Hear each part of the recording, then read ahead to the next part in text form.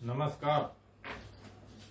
हम जेपी द्विवेदी भोजपुरी साहित्य रचना आलोचना चैनल से रउरा सभे के स्वागत करतनी, अभिनंदन करत। आज के समीक्षा सत्र में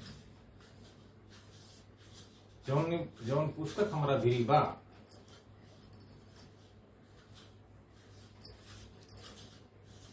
आखर भोजपुरी गीतन के संकलन, जौने के गीतकार बानी डॉक्टर राम सेवक बिकल।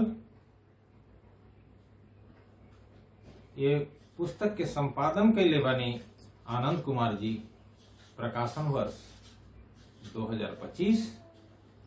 आ प्रकाशन संस्थान कोहबर प्रकाशन प्राइवेट लिमिटेड लखनऊ।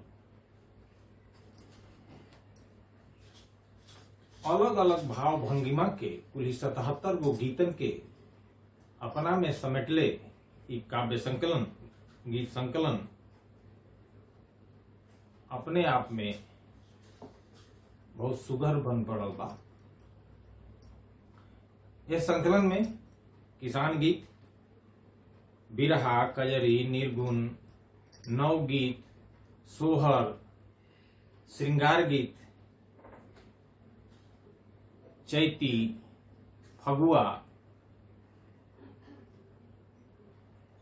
यह सब गीतन के संगे एक संकलन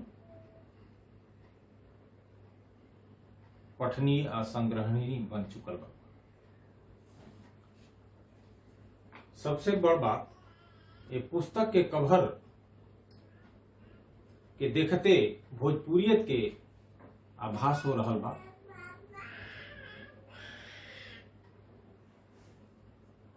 पठनीयता, छपाई सुघर बा, बाकी बाइंडिंग तनी संतोषजनक कमे बा। एगो और खास बात जौन अक्सर हाँ चलन में बाटे आ जौना से हम अपने के सहमत ना कह पाइले, भोजपुरी किताबन के भूमिका हिंदी में लिखला लिखवावल चलन कुछ हमरा हजम ना हो पावेला। एहो किताब के भूमिका हिंदी में लिखल बा तो कहीं न कहीं खटक रहल बा। यह किताब के भूमिका कार लोक में एगो लोक गायिका चंदन तिवारी जी बानी, जे लोक गायन में बहुत चर्चित नाम बा। वहां के बरत गीतकार के विषय में जो पांडे कपिल जी के उद्गार रहे, वो गीतकार के गरिमा में चार चांद लगा रहल बा। आ गीतन के लेके तो चंदन तिवारी जी बहुते उत्साह से भरल बानी, भाव से भरल बानी। एगो खास बात हुई कि अपने समय के भोजपुरिया साहित्यकारन के बीच में डॉक्टर राम सेवक बिकल जी हमेशा प्रशंसा के पात्र रहले। कारण उनकर रचना, उनकर गीत गेयता से भरल पूरल रहनी सन। हमेशा वहां के एकरा चलते सराहना मिलत रही। ये संकलन में ये सारे गीतन के अलावा 9 गीतों बाणी सन। बाकी संकलन के लोक गीतन के संकलन कहल गई है। हमरा लागत है कि लोकगीत के लाठी से नवगीतन के ना हाका के चाहत रहे। डॉक्टर राम सेवक बिकल जी के यह संकलन आखिर में गीत जौन बाणी सन वो सरसता, सहजता और श्रृंगारिकता से भरल पूरल बाणी सन। कहीं न कहीं भोजपुरी के जवन स्वभाव में है संगीत आ गीत ओके ओकरा भंडार के भर रहल बानी सन। अब यह किताब के संपादन आनंद कुमार जी कैले बानी। हमरा बतावत ही बहुत खुशी हो रहल बा कि वहां के रचनाकार के पोता बानी। त अपने पूर्वजन के या पुरखन के या अपने दादा परदादा के लेखन के साहित्य जगत के आ समाज के सोझा लियावे के ई जौन चलन चल रहल बा एकर जितना सराहना कैल जाओ वो कमे होखी।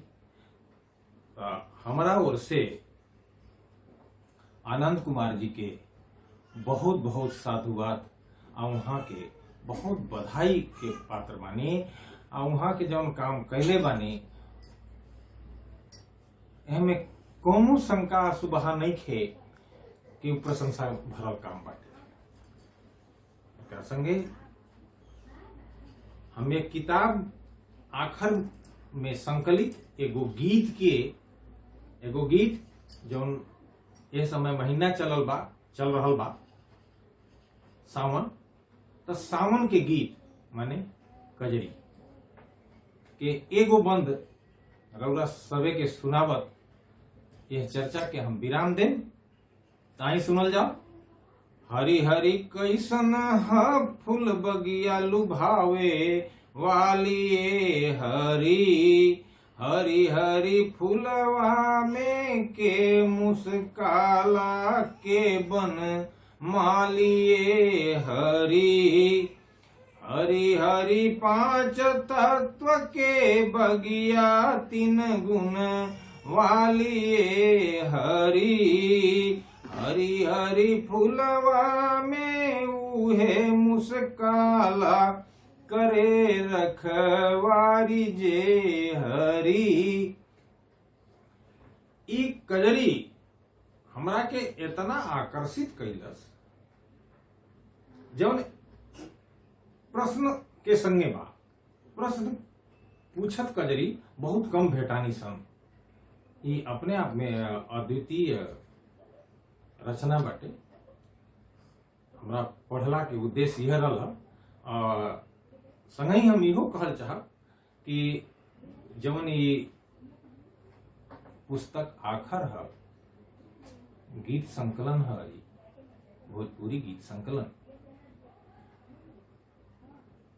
ई पुस्तक निश्चित रूप से अपना लाइब्रेरी के अंग बनावे जोग बा। तो रउरा सभे पुस्तक के मंगाई पढ़ी अपने लोगन के पढ़वाई भोजपुरी के भंडार के विस्तार देहीं भोजपुरी के चाहे वालन के सराहना देहीं। जय भोजपुरी।